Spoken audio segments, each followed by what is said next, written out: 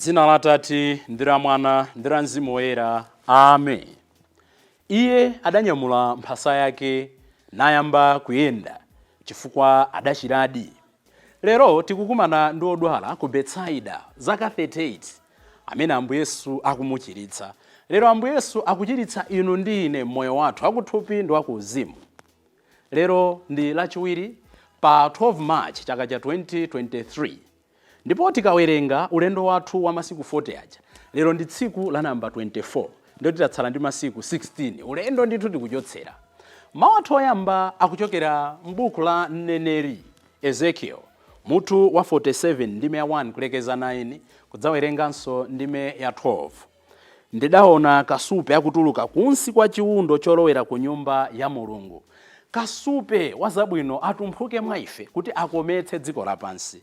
Amene akutiwerengera mawu oyamba ndi Amarian Mtingwe kuchokera ku St. Anne's Outstation.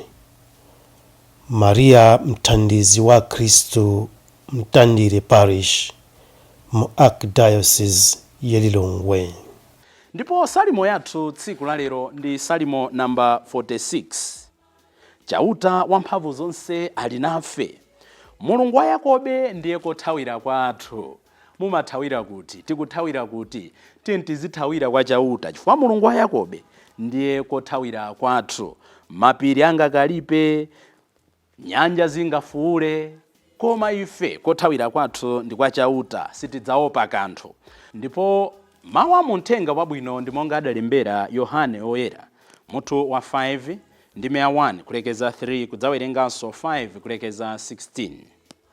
Ndipo munthuyo adachiritsidwa, adanyamula mphasa yake nayamba kuyenda. Amene akutiwerengera mawu amthenga wabwino komanso kutigawira mawu ndi Reverend Father Francis Damaseke kuchokera ku Episcopal Conference of Malawi ECM.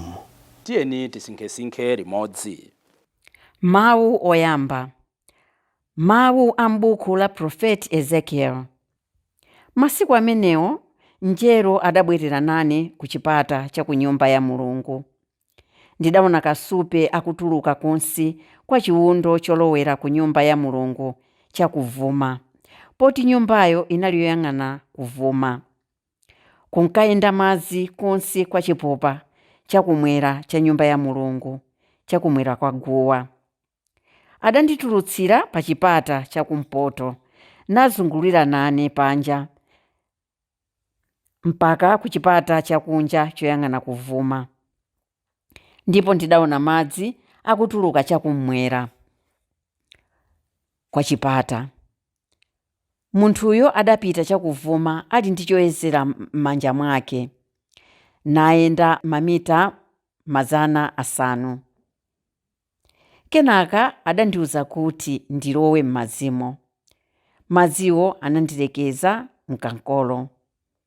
Adayesanso mamita 500 nandilowesanso m'madzi muja, ndipo madziwo adandilekeza mchiuno. Adayesanso mamita 500 ndipo madzi adasanduka mtsinje ndithu, ine osatha kuwoloka, poti madziwo adakwera, anali ozama kwambiri, olira kusambira powoloka. Apo adandiuza kuti, iwe mwana wa munthu, wazionatu zimene zati? Atatero adandibwezera ku gombe la mtsinjewo. Titafika ku gombeko, ndidaona mitengo yambiri pambali iliyonse ya gombero. Sono munthuyo adandiuza kuti, madzi amenewa akupita ku chigawo chakuvuma cha dziko, kusirira ku chigwa cha Araba. Posiriza pake akathira mnyanja yakufa imene madzi ake ali oyipa. Madziwo azakoma. Kumene mtsinjewo ukuyenda, cholengedwa chilichonse chizakhala ndi moyo, nsombaso zidzachuluka. Pakuti madzi amenewa amapita kumeneko kuti akakometse madzi anzake. Ndipo kulikonse kumene mtsinjewo ukuyenda, zonse zidzakhala ndi moyo. Pambali pa mtsinjepo, pa gombe lililonse, padzakhala mitengo yobereka zipatso za mtundu uliwonse. Masamba ake sadzafota, ndipo zipatso zake zidzakhala zosalekeza. Izi zabereka mwezi uliwonse, chifukwa madzi ake ndi ochokera ku nyumba ya Mulungu. Zipatso zake anthu azidzazidya, ndipo masamba ake azidzachita mankhwala. Mawu a Ambuye. Tithokoze Mulungu. Ambuye akhale nanu. Mawu a Uthenga Wabwino monga adalembera Yohane Oyera. Ulemu kwa inu Ambuye. Pa nthawi yomweyo kunali chikondwerero cha chipembedzo cha Ayuda, ndipo Yesu adapitako ku Yerusalemuko. Kumeneko kunali dziwe, dzina lake pa Chiyuda Betsida. Dziweli lili pafupi ndi chipata cha Nkhosa, ndipo ndilozingidwa ndi makonde asanu. M'makondemo munkagona anthu ambiri odwala, akhungu, opunduka miyendo ndi opuwala ziwalo. Iwowa ankadikira kuti madzi agwedezeke. Pakati pa anthu odwalayo panali wina amene anadwala kwa zaka 38. Yesu adamuona ali gone, nadziwa kuti adadwala nthawi yayitali. Tsono adamufunsa kuti, kodi ukufuna kuchira? Odwalayo adati, Ambuye, ndilibe munthu ondilowetsa mdziwemu madzi akavundulidwa. Ndikati ndilowemo wina amakhala walowa kale. Yesu adalamula munthuyo kuti, dzuka, tenga mphasa yako, yamba kuyenda. Pompo munthuyo adachiradi, nanyamula mphasa yake nkuyamba kuyenda. Tsikulo linali la Sabata. Choncho Ayuda adauza munthu amene adachirayo kuti, lero mpa Sabata. Malamulo athu sakukulola kunyamula mphasa yako. Koma iye adati, amene wandichiritsa ndiye wandiuza kuti nyamula mphasa yako yenda. Iwo adamufunsa kuti, munthuyo ndi ndani amene wakuuza kuti unyamule mphasa yako yende? Koma wochirayo sadandziwe, popeza kuti Yesu anali atalowerera mkati mwa anthu ambiri amene anali pamenepo. Pambuyo pake Yesu adapeza ochira uja m'nyumba ya Mulungu namuwuza kuti, ona wachira tsopano, usakachimwenso kuti chingakugwere choopsa china kuposa pamenepa. Munthuyo adapita nakauza Ayuda kuti ndi Yesu amene wandichiritsa. Popeza kuti linali tsiku la Sabata pamene Yesu adachita zimenezi, Ayuda adayamba kumuvutitsa. Uthenga wa Ambuye. Ulemu kwa inu Ambuye Yesu Kristo. Iye adanyamula mphasa yake nayamba kuyenda chifukwa anali atachiritsidwa. Lero Ambuye afuna tinyamule mphasa yathu tiziyenda chifukwa tikaphatana naye ife timachira. Mulungu ali ndi mayina ambirimbiri amene m'chipangano chakale amadziwika naye. Amamutchula El Shaddai, ndiye kuti wamphamvu zonse. Ena amati El Elyon, ndiye kuti the most high, iye wapamwamba. Ena amamutchula kuti Jire, ndiye kuti Mulungu wopatsa. Amatchulidwanso kuti Yahweh Shalom, Mulungu wamtendere. Amatchulidwanso kuti Mekodishkam, ndiye kuti Mulungu oyeretsa. Koma lero Mulungu amene tikukumana naye ndi Mulungu amene amadziwika kuti Rafa, ndiye kuti ochiritsa. N'chifukwa chake pamene tikamba za angelo akuluakulu, the archangels, timakamba za Gabriel, iye olingana ndi Mulungu, who is like God. Timakamba za Michael, the might of God, komanso Raphael, ochiritsa wa Mulungu. Ndipo tikukumana ndi munthu amene anadwala, amene anavutika, amene anali kukhala kusakasaka machiritso kwa zaka 38. Zaka 38. Amene amakhala akusirira atachira, akusirira machiritso. Anyamata a Chansa College Alumni Choir anayimba nyimbo yabwino kwambiri. Pangatalike, pangafupike, Mulungu adzatiyankha. Ali ndi nthawi yake, ali ndi njira yake imene amayankhira, osataya mtima. Mzathu anadwala kwa zaka 38. Tiyambire pamenepo nkhani ya tsiku la lero. Choyamba ineyo ndikumusirira mkulu amene, chifukwa nkuvutika kwake, nkusauka kwake. He is not complaining against anybody. Chokhacho akunena atafunsidwa kuti kodi sukufuna kuchira? ndichira bwanji palibe wina ondilowetsa. Ndipo funso loloneka ngati la chipongwe. Pali maphunziro awiri pamenepo. Choyambirira tikunena kuti this man did not complain against anybody. He waited for 38 years. He utilized his lifetime opportunity. Zinthu zitatu. Choyambirira nkuvutika kwake samadandaula kuti ine ndikuvutika chifukwa cha uje nduje. Ayi, anangozindikira kuti ndilibe mwayi basi. Ndipo mwayi utabwera anawugwiritsa ntchito moyenerera. Ndipo mkatikati mwakuvutikako anali kudikira ndi chiyembekezo. Pamene tikuvutika, pamene tikusauka, tisataye nthawi ndi kuloza chalawo. Tikudziwa kuti mavuto ena amabwera chifukwa inde chakupondereza kwa anthu ena. Koma there are certain calamities zimene is beyond our control. Tizidikira ndi chiyembekezo. Ndipo tikapatsidwa mwayi, tugwiritse ntchito moyenerera. Ambuye Yesu akumfunsa funso, kodi sumafuna utachira? Why is Jesus asking that? Pamene Mulungu afuna atichitire zazikulu, amafuna ifeyo tipange cooperate. We should put our own story in our own words. Akufotokoza yekha nkhani yake. Chachiwiri, tikuona kuti pa Betsaida pamenepa, padziwe pamenepa, panali anthu ambirimbiri amene anali odwala. Koma tsiku ili, report imene tikulandira, malingana ndi mlembi wa Uthenga Wabwino, ndonena kuti akuchiritsidwa ndi uyu yekha amene anakumana ndi Ambuye Yesu. Chikuchitika ndi chani? Many people that day on that pool were ignorant of the presence of Christ. Choncho amalimbana ndi kudzilowetsa m'madzi, anali kuphangirana madzi akavundulidwa alowe. Anayiwala the presence of the giver of that water, the giver of that healing water, the giver of the power in that water. Amalimbana ndi zimene zimaoneka ngati zamphamvu kunyozera iye amene anali wamphamvu koposa. Ndangati amene anazindikira pa tsiku ilili kupatula munthu yoyo kuti uyuyu should be somebody extraordinary. Ndi zimene zimachitika mmoyo mwathu. Analalika bambo kaliwamba sabata iyo. Kukabwera ansembe ena ku parish atsopano. Timadzadza chonchi. Kufuna kukalapa, kufuna madalitso, kufuna izi ndizo. Tikuiona kuti Christ is already there in our praise. Tikulimbana ndi madzi. Sindonena kuti kumeneko nkulakwa, ayi. Zitsanzo zithokhala zambiri. Tikamva kuti kwakuti amachiritsa, akatolika timathamangira. Kumeneko ati kuli kwabwera prophet wamphamvu ochiritsa. Koma timayiwala kuti every day mpingo datipatsa chida chochiritsa. There is the presence of Jesus in the Eucharist. Nchifukwa chake pa nsembe iliyonse ya misa timanena kuti Ambuye sindinoyenera kuti mulowe m'nyumba mwanga. Koma mungonena mawu amodzi okha ndipo ine ndidzachira. Every Eucharistic celebration is a healing mass. Timazindikira zimenezo. Sitimazindikira chifukwa tikulimbana ndi madzi amene avundulidwa. Tikuiwala amene akupereka mphamvu madzi ovundulidwawo. Sitilandira Eucharistia ndi chikhulupiriro. Sitilandira sakramenti lakulapa ndi chikhulupiriro. Ena sitidziwa nkomwe sakramenti lakulapalo. Tikunyozera Ambuye amene ali pakati pathu.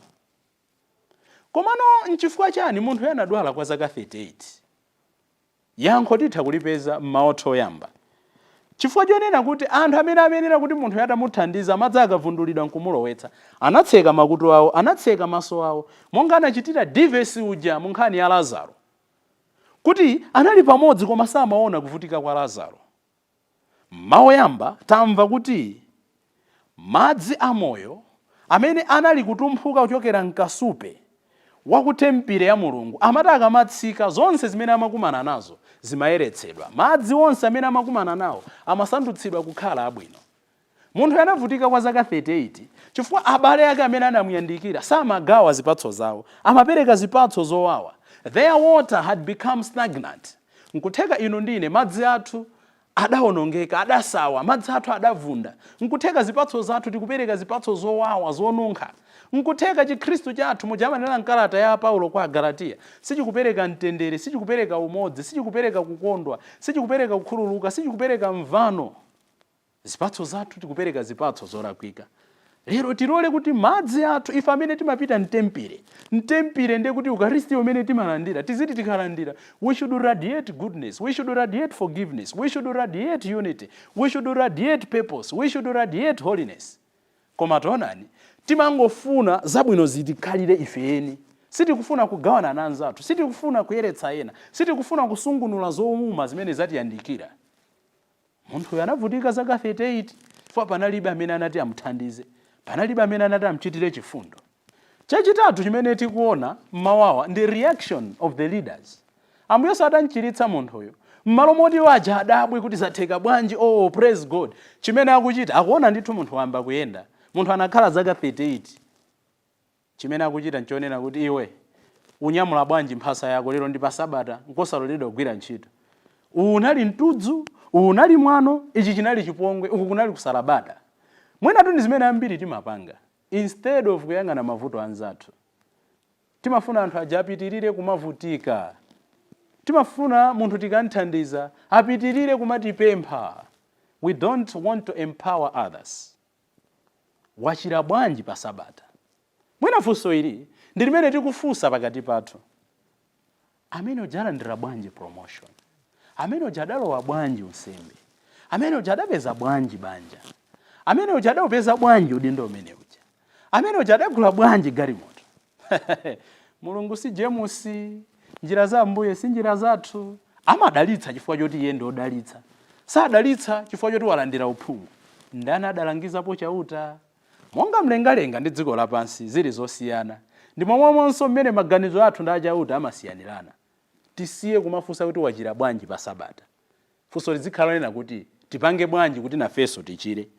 Ndipo chachinayi ndi chijandamba nalo kuti Ambuye Yesu adamfunsa kuti iwe ufuna utachira? Ndipo iye pamene akuyankha akutionetsa kuti great healing, great success, great peace, inner tranquility imachitika pokhapokha pamene talowa mu conversation, pamene tayamba kukambirana ndi Ambuye Yesu. Ambuye Yesu pomfunsa funso ili amafuna pakhale ubale. Ngati ife palibe ubale ndi Ambuye Yesu, zidzativuta kuti timve mawu ake, kuti timve machiritso, kuti tilandire machiritso. Komano chikundiopsa ndi munthu ameneyo, chimenenso chingakhale kuopsa kwa inu, kumenenso ndi kuopsa kwanga. This man betrayed Jesus. Mukumbukire kuti dzana ndi dzulo timanena kuti Ayuda akhala kumusakasaka Ambuye Yesu. Atamufunsa koyamba, iwe wachira bwanji, wakuchiritsa ndani? Munthu uja samamudziwa kuti ndi Yesu. Ndi chimene akunena nchonena kuti amene wandichiritsayo wangondiuza kuti ndinyamule mphasa yanga. Kusenza kuti sakudziwa who that man is. Zimene zitatha, Ambuye Yesu akukamuwuza kuti tsono pita, ona wachira, usakachimwenso. Chimo limakhala nzotsatira zake. By saying that, implicitly Ambuye Yesu akunena kuti matenda ena amene munthu amavutika nawo anabwera chifukwa cha uchimo. Pita, usakachimwenso kuti choyipa chingakugwere. Maso ake anatseguka nkudziwa kuti ndi Ambuye Yesu. Malo monena kuti azingopita asakachimwe, malo monena azingopita akafalitse mthenga wabwino, chimene akuchita ndi chani? Akubwerera kwa Ayuda, akukapanga ripoti tsopano. Wachita zimene zija ndi Yesu, munthu uja ndi manena uja ndi Yesu. Choncho zikupangitsa kuti Ayuda ayambe kumusakasaka Ambuye Yesu. The man betrayed Jesus. Inu ndine timampanga betray Jesus kudzera mwa anzathu. Anzathu amene adatichitira zabwino, anzathu amene adatipatitsa ntchito. Inetu ndapeza ntchito chifukwa iwo aja anangondiuza kuti ndibweretse ma certificate. Tidakamangitsa pa mlandu wakatangale ndi ziphuphu. Iwo adangondimvera chisoni. We've betrayed them. Alipo anthu ena mwina adabwera pa parish, sindiona kuti zimachitika atwe, koma mwina anabwera pa parish. Nkuonetsa kuvutika kwawo bambo pomva chisoni kuti inde malamulo a pa parish pano ndalama zimenera ziyende motere. Ine nditengamo 40,000 ndathandize awa zinazo zone. Munthu mwina kungotuluka pamene abambo anatenga zambala ndipa. Sindiona kuti zimachitika choncho koma it may happen. We betray others. Alipo anthu amene adatichitira zambiri mmoyo uno, adatilipira school fees, adatiphunzitsa kuti chotsa kumusi, kuti kwezetsa pano tili pa maina olozeka. Mwina pano we are betraying them. Posaonetsa gratitude. Sindiona kuti anthu amafuna kuthokozedwa. Koma ena akatichitira zabwino. The way we behave, the way we portray ourselves before the world, timapereka uthenga kuti tikuthokoza kapena we are betraying them. How many people have I betrayed? How many people have you betrayed? And how many people are we betraying? Amene atipangira zabwino tikwabweza chipongwe. Alipo anthu ena amene adatithandiza kundali kuti tifike pamene tili. Tidaiwala. Basi pano tikungonjoya tikuiwala kuti nthawi ina tidzafunanso anzathu. The man betrayed Jesus. Don't betray your husband. Don't betray your wife. Don't betray your church. Don't betray your village. Don't betray your parents. Potsirizira N'chifukwa chani Ambuye Yesu kumapeto kwa zonse anamulamula munthu ameneyo kuti anyamule mphasa yake azipita. Mphasa imeneyi imamukumbutsa zakale lake, kuti kulikonse kumene zikapita kaukayika potani, komano akanakhala tinawerengapo muthenga wina amanena kuti iye adasiya zonse, achina Gideon ndi ajata ayitana adaphwanyaphwanya zinthu zimene amagwirira ntchito, mapulawo awo nkuotcha nkupha ng'ombe, koma this man Ambuye Yesu akuchita kumpanga command, nyamula mphasa yako, pita, yenda. Why? Mphasa imeneyi, mati imeneyi imankumbutsa kale lake, imankumbutsa mbiri yake, imankumbutsa kuti Ambuye adamuchitira zazikulu, imankumbutsa kuti nthawi ina yake kwa zaka 38 analovutika, imankumbutsa kuti Mulungu amachita mamirakuli m'moyo mwathu. Ndi uthenga wamphamvu.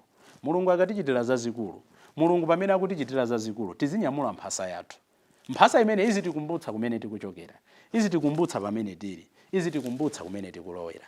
Mphasa imene izitikumbutsa za chifundo cha Mulungu, itatikumbutsa za chifundo cha Mulungu, izitithandiza kuti nafenso tizachitira ena chifundo. Kulikonse kumene mukupita Bwana, kulikonse kumene mukupita nsembe, kulikonse kumene mukupita nduna, kulikonse kumene mukupita Bwana president, kulikonse kumene mukupita mfumu, kulikonse kumene tikupita ifeyo, tizinyamula mphasa yathu. Mphasa ikuyimirira kumene tikuchokera, izitikumbutsa pamene tili, izitikumbutsa kumene tikulowera. Ambuye tithandizeni lero kuti timve mawu awa akuti nyamula mphasa yako, yenda pita, lero wachira. Zimenezo zitheka tikakhuthula mtima wathu, zimenezo zitheka ife tikakhala anthu othokoza. Don't betray Jesus today. Dzina la Atate ndi la Mwana ndi la Mzimu Woyera. Amen.